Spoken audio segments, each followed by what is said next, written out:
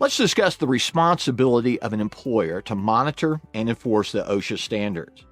It's the employer's duty to provide a workplace that complies with all OSHA standards and is free of known health and safety hazards. Now, this includes providing all workers with mandatory training and making sure that all necessary OSHA information is posted somewhere where all employees can see it. Now, under OSHA guidelines, employers are also responsible for providing any certain medical exams to their workers, as well as to provide them with any information, such as exposure to harmful chemicals that they may need for health reasons. In addition, employers are responsible for providing appropriate personal protective equipment, or PPE. Now, this is specific equipment that's worn by workers to protect them from certain hazards in the workplace. Common examples of PPE are gloves, hard hats or safety helmets, eye protection, and hearing protection. OSHA requires that when certain hazards exist, employers are to provide PPE appropriate to that hazard.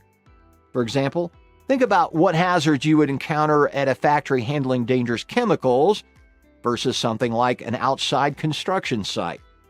Employees are required to determine what hazards in the workplace exist and what types of PPE are needed.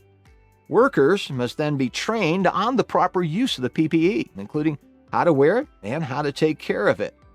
It's the responsibility of the employer to maintain, repair, and replace all PPE as needed and to continuously evaluate its effectiveness. Now, while employers must provide PPE, workers may choose to use their own. Now, in this case, it's still the responsibility of the employer to make sure it meets all safety requirements. Employers must also keep records of all injuries and illnesses to report them to OSHA when requested.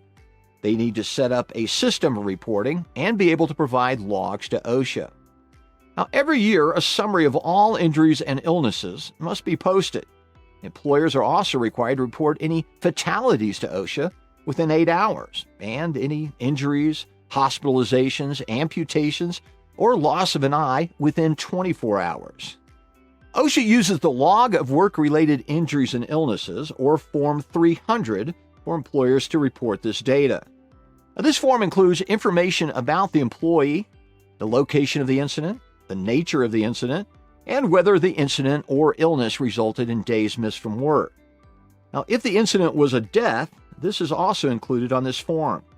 Now, the information is submitted to OSHA following the specified guidelines, and the information is then compiled into a searchable database online. Weekly fatality and catastrophe reports are available online. Now, this information is searchable by state, date, type of incident, and whether a citation was issued.